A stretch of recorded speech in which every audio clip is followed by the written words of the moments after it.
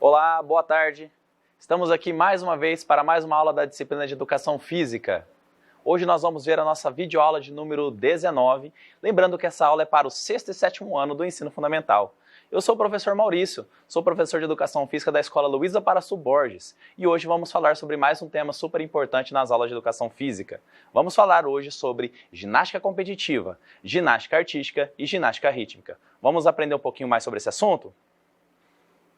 Aqui nessa imagem nós podemos ver algumas atletas praticando ginástica. Mas qual ginástica é essa? Por que elas estão com essas cordas na mão? Nós vamos entender um pouquinho o que é essa modalidade esportiva e se ela existe nas competições e se no nosso município a gente tem acesso a esse tipo de competição, esse tipo de modalidade. Vamos descobrir?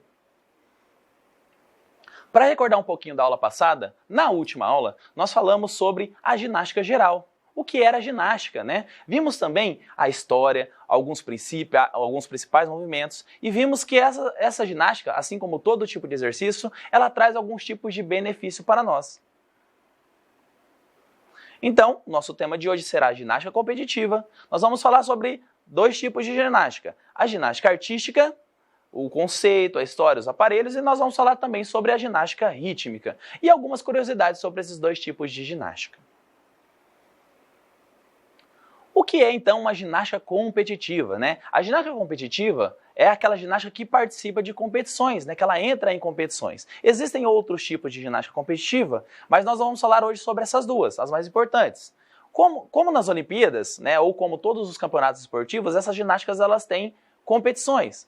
Então, nesse tipo de competição, os atletas vão verificar competições que exigem força, elasticidade, agilidade, também exercita a mente dos praticantes, assim como todo tipo de competição, a concentração e o raciocínio para a competição. Ginástica artística, né? A ginástica artística ela também é conhecida, né, principalmente aqui no Brasil, como ginástica olímpica. É uma modalidade de ginástica onde os atletas realizam um conjunto de exercícios em aparelhos oficiais. Para nós tentarmos entender um pouquinho qual que é a diferença da ginástica artística para a ginástica rítmica, eu costumo falar sempre para os alunos assim: na ginástica artística, o atleta ele não leva o aparelho consigo, ele faz o movimento sobre o aparelho ou com o aparelho. Na ginástica rítmica, o atleta já leva o aparelho consigo. Então essa é um pouquinho das diferenças para nós tentarmos identificar um pouquinho de cada uma. A ginástica artística, né, ela é a mais antiga do que nós pensamos, né? Ela é desde os primórdios da existência da humanidade. E ela começou a ser inserida nos Jogos Olímpicos de 1896, que é o primeiro jogo olímpico da nossa era moderna.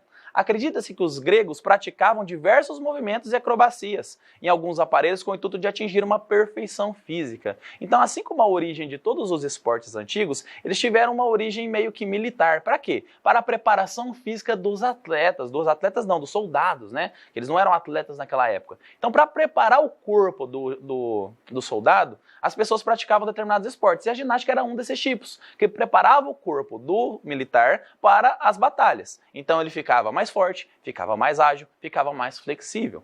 Então a ginástica grega era uma preparação do corpo para a prática de outros esportes, como também para treinamento militar. Então no início do século XIX, um pedagogo alemão foi um dos responsáveis por transformar essa ginástica em competição. E foi assim que ela foi levada para dentro dos Jogos Olímpicos lá de 1896, os primeiros Jogos Olímpicos da nossa era moderna. Agora a ginástica rítmica, né? A ginástica rítmica, então, como eu falei um pouquinho antes, a ginástica rítmica, o atleta leva o seu aparelho para fazer o movimento. E esses aparelhos nós vamos conhecer eles logo logo, né? A ginástica rítmica, então, é um esporte onde os ginastas devem executar uma série que combina elementos corporais, como o giro, né, que a gente chama de pivô, como o balanceio, né, que ele faz com alguns tipos de movimento, como o rodar, como o rolar, com o uso de um desses 5 aparelhos, que é o arco, né, também conhecido nas escolas como bambolê, né, a bola, a corda, assim como aquela corda que a gente pula, também existe na ginástica rítmica. As fitas, que é aquele aparelho mais comprido, mais elegante, talvez um dos mais bonitos dentro da ginástica, e as massas, que elas parecem 2 garrafinhas onde o atleta faz alguns movimentos como se fossem 2 malabares. A história da ginástica rítmica. Então, assim como a ginástica artística, ela também começou a ser praticada com fins de guerra, né, com fins de preparação física para os soldados. Então, no final da Primeira Guerra, né, mas não possuía algumas regras específicas e nem um nome determinado.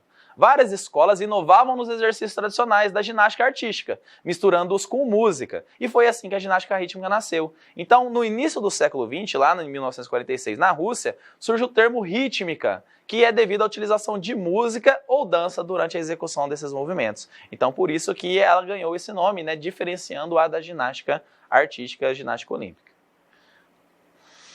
Então, quais são os aparelhos, então, da ginástica artística? Lembra que eu falei, os aparelhos da ginástica artística, o ginasta, ele faz os movimentos sobre o aparelho ou utilizando o aparelho, ele não leva o aparelho consigo. Quais são esses aparelhos? É o cavalo com alças, que nós vamos ver a imagem logo do que é esse cavalo com alças, as argolas, as barras paralelas, as barras fixas, as barras assimétricas, as barras de equilíbrio ou trave de equilíbrio e o salto e o solo. Aqui uma imagem, né, que mostra para vocês um dos aparelhos da ginástica artística, que é o cavalo com alças. Esse aparelho, ele é exclusivamente, em competições, exclusivamente masculino, né? Então só os homens fazem utilização desse aparelho. E ele é um equipamento que ele possui duas alças, onde o ginasta faz alguns movimentos e ele não pode encostar as suas pernas, né, os seus membros inferiores no cavalo, senão ele perde algumas pontuações durante a prática desse exercício.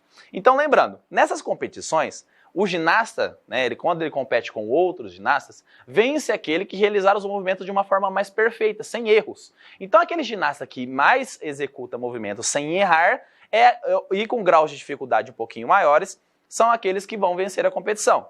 Então, para que o ginasta vença o outro atleta, ele tem que fazer movimentos mais difíceis e fazer com menos erros do que o outro ginasta para ser o campeão. Então, é feito por notas. Então, aquele que tira a nota mais alta é o vencedor da competição. Então, aqui no cavalo, o ginasta não pode encostar a parte inferior do corpo, né, as pernas, no cavalo. Esse segundo aparelho também é exclusivamente masculino, então só os homens fazem a prática desse aparelho em competições. No treinamento todos utilizam, mas em competições somente o masculino. Esse aparelho chama argolas. Então são dois aros, né, onde o ginasta faz a utilização de forças, principalmente de membro superior. Né? Esse talvez seja um dos aparelhos que mais utilizem a força dos membros superiores, ombros e braços. E o ginasta, ele faz os movimentos mais no alto, né? Um lugar onde ele não encoste os pés no chão. Quando ele termina o movimento, ele faz um salto e aterriza num solo, né? Equipado com colchões para ele não machucar. Então as argolas é um aparelho que talvez utilize mais força dentro da ginástica de membros superiores, né? Nós temos inclusive um atleta brasileiro que foi vice-campeão olímpico, Arthur Zanetti, que foi vice-campeão olímpico nesse aparelho na ginástica. Esse outro aparelho também exclusivamente masculino, né? A gente chama ele de barras paralelas. Lembrando, por que paralelas? Porque eles possuem a mesma altura e elas estão no mesmo sentido. Então o ginasta utiliza essas barras para fazer os seus movimentos. Nessas barras ele pode sim encostar os membros superiores e inferiores, mas a grande maioria dos movimentos são realizados com os braços, com os membros superiores. Mais um outro equipamento também, exclusivamente dos homens, que é a barra fixa. Né? Quem aqui já foi naqueles parques, academias ao ar livre e tem uma barra onde as pessoas penduram e elas costumam fazer alguns determinados exercícios? Aquela barra ela é muito parecida com essa barra fixa aqui. Só que essa barra fixa ela é um pouquinho flexível para ela aguentar o peso do atleta e ela não quebrar ou ela não entortar. Então o ginasta ele faz a utilização de uma barra e ele faz os movimentos segurando, trocando de mão, segurando, trocando o jeito de segurar a barra. E é um equipamento também exclusivamente dos homens. As mulheres utilizam somente nos treinamentos, mas em competições é exclusivamente masculino também. Barras assimétricas. Então nós vimos lá atrás as barras paralelas, que elas têm a mesma altura e elas ficam no mesmo sentido. Essas barras, elas também são paralelas, porque elas estão no mesmo sentido. Só que elas são assimétricas. Por quê? Elas têm tamanhos diferentes. Então são duas barras. Uma barrinha menor, que ela fica mais atrás, e uma barrinha maior, né, que ela fica um pouquinho mais alta, né, que ela fica mais na frente. Esse equipamento ele é exclusivamente feminino. Somente as mulheres fazem em competição. E é um equipamento também que exige força, destreza, e elas fazem troca de braço, né? Giram sobre esse aparelho. É um aparelho muito difícil de ser executado e as ginastas exigem um grau de complexidade muito forte, então elas precisam treinar muito para realizar esse aparelho. A trave de equilíbrio, que também é um equipamento exclusivamente feminino também, né? É um equipamento talvez um dos mais difíceis, segundo os ginastas que fazem a competição, talvez um dos mais difíceis de se executar os movimentos. Por quê? A trave de equilíbrio é uma trave estreita. O que seria essa trave estreita? Vocês já andaram já em cima da sarjeta da calçada? Da guia da calçada? E a gente vai e tenta equilibrar andando sobre a guia, como se a gente estivesse andando sobre uma linha. A barra de equilíbrio ou trave de equilíbrio, ela tem o mesmo propósito, ela é bem estreita. Então, mal cabe o pé da ginasta. Então, ela tem que ter um equilíbrio muito grande para se manter sobre essa barra. O salto e o solo. Esses são os únicos dois aparelhos que eles são feitos tanto por homens quanto por mulheres. Esse daqui é o salto. O atleta ele vem correndo por essa pista, ele salta sobre essa mesa, ele bate os braços sobre essa mesa, faz um salto e aterriza nessas linhas, entre essas duas linhas aqui, para valer a pontuação, tá certo? Então o salto é feito tanto por homens quanto por mulheres. E o solo é um equipamento parecido com esse onde a ginasta está, onde ela faz movimentos livres de apresentação, com saltos, giros e rolamentos. Agora os aparelhos da ginástica rítmica. Então lembrando, aparelhos da ginástica artística, o ginasta faz o movimento sobre eles, da ginástica rítmica o atleta leva o aparelho junto com ele. Lembrando que são arco ou bambolê, bola, corda, fitas e massas. Então essa daqui é a bola, bem parecida com aquela bola de borracha que nós temos nas escolas. Então as ginastas elas fazem os movimentos lançando a bola, segurando a bola, rolando, fazendo giros com ela. Então, se, por exemplo, o ginasta ele perde o aparelho durante a movimentação, ele tem um aparelho reserva que fica próximo ali, que ele corre, busca e ele continua fazendo essa movimentação. A corda, muito parecida com a corda de saltar individual, né? E a ginasta também faz vários movimentos utilizando esse tipo de equipamento. As massas, como eu falei para vocês, elas parecem um malabar, né? E ela faz giros, faz rodopios e faz alguns tipos de lançamento com esse equipamento.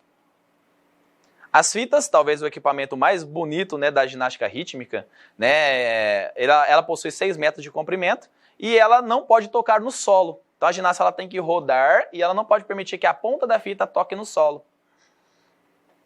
Os arcos, também conhecidos como bambolês, eles também são objetos de fácil transição, né, então eles são lançados, são pegados, são jogados com outras partes do corpo, como o pescoço, como ombros, como pés. Quais as capacidades físicas que são envolvidas durante a prática da ginástica? Todas as práticas físicas envolvem capacidades físicas. E são 7 as capacidades físicas envolvidas. Então nós temos lá a força, a potência, a flexibilidade, resistência, resistência cardiorrespiratória, equilíbrio e velocidade.